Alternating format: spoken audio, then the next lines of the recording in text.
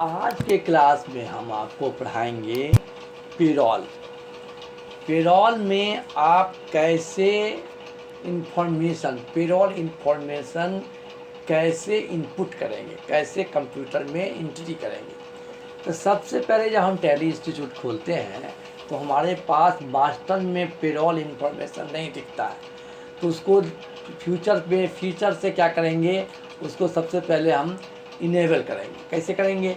Account feature में जाएंगे और पेरोल इंफॉर्मेशन में जाके मेंटेन ऑफ पेरोल में यस कर देंगे। बन गया। अब आपका मास्टर में पेरोल आ गया।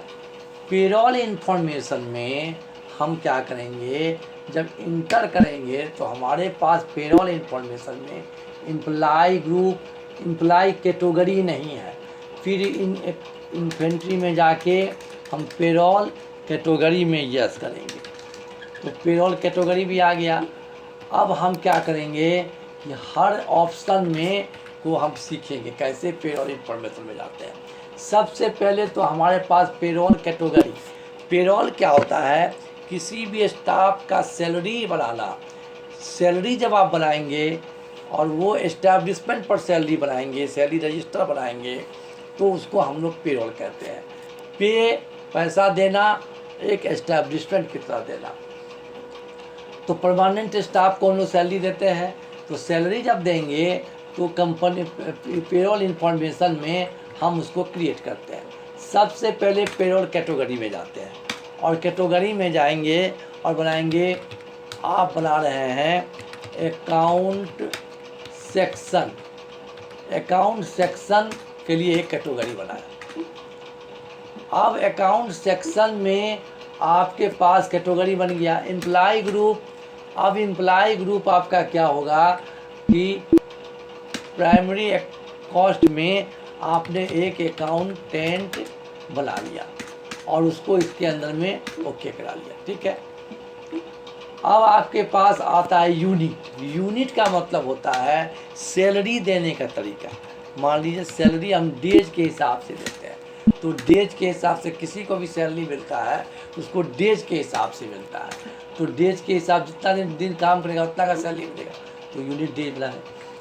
अटेंडेंस या प्रोडक्शन रजिस्टर में सैलरी का जो बनेगा वो सैलरी रजिस्टर कहलाता है। और वो क्या होगा, वो अटेंडेंस जो होगा लीव विथ पे होगा, यानी अगर वो लीव लेगा तब भी उसको पेमेंट मिलेगा। तो हम लोग क्या करेंगे, अटेंडेंस टाइप क्या होगा, लीव विथ पे होगा। अब हम आते हैं पे हेड में। किसी भी एम्प्लॉय का जो सैलरी देते हैं ग्रॉस सैलरी में, हम हर हेड में उसको डिवाइड करते हैं उसका पेमेंट। तो मान लीजिए बेसिक सैलरी बनाया, एक बेसिक से अर्निंग फ्रॉम एम्प्लॉय से होगा, फिक्स्ड होगा, और ये इनडायरेक्ट एक्सपेंस होगा, और ये क्या होगा, फ्लैट इसको मिलेगा और डेज के हिसाब से मिलेगा, बना लिया। इसी प्रकार DA हम डियरलेंस अलाउंस, DEAR डियरलेंस अलाउंस हम बनाते हैं। उसका भी सैलरी क्या होगा, एम्प्लॉय का सैलरी फिक्स्ड होगा और इनडायरेक्ट एक्सपेंस होगा, और वो फ्लैट के हिसाब से हम लोग उसको पेड करेंगे। अब इसी प्रकार हम मेडिकल देंगे, house rent allowance, HOU house rent allowance. तो हाउस रेंट अलाउंस अर्निंग होगा, फिक्स्ड होगा और इनडायरेक्ट एक्सपेंस, और उसको भी हम लोग फ्लैट रेट पे देंगे। अब मेडिकल फैसिलिटी, मेडिकल अलाउंस करके हम सैलरी को डिवाइड करते हैं, तो मेडिकल हो गया, फिक्स्ड हो जाएगा, और उसको इन एक्सपेंस इनडायरेक्ट और फिक्स्ड फ्लैट रेट से हम लोग उसको। अब एक हेड है प्रोविडेंट फंड करता है, तो उसको कंट्रीब्यूशन ऑफ PF कर दीजिए, कंट्रीब्यूशन ऑफ PF। अब PF जब कंट्रीब्यूशन होगा तो सैलरी से कटता है, तो डिडक्शन फ्रॉम एम्प्लॉय करेंगे और उसको इनडायरेक्ट एक्सपेंस में डाल देंगे, और ये भी जो है फ्लैट रेट से कटेगा। इसी प्रकार ESI एम्प्लॉय स्टेट इंश्योरेंस वो भी एम्प्लाई का डिडक्शन होता है, डिडक्शन फॉर एम्प्लाई होगा, इनडायरेक्ट एक्सपेंस होगा और वो फ्लैट रेट से कटेगा और इस प्रकार ये बनेगा। अब जिस एम्प्लाई को हम ये सब बेनिफिट देंगे उसका पहले पूरा डिस्क्रिप्शन बनाएंगे।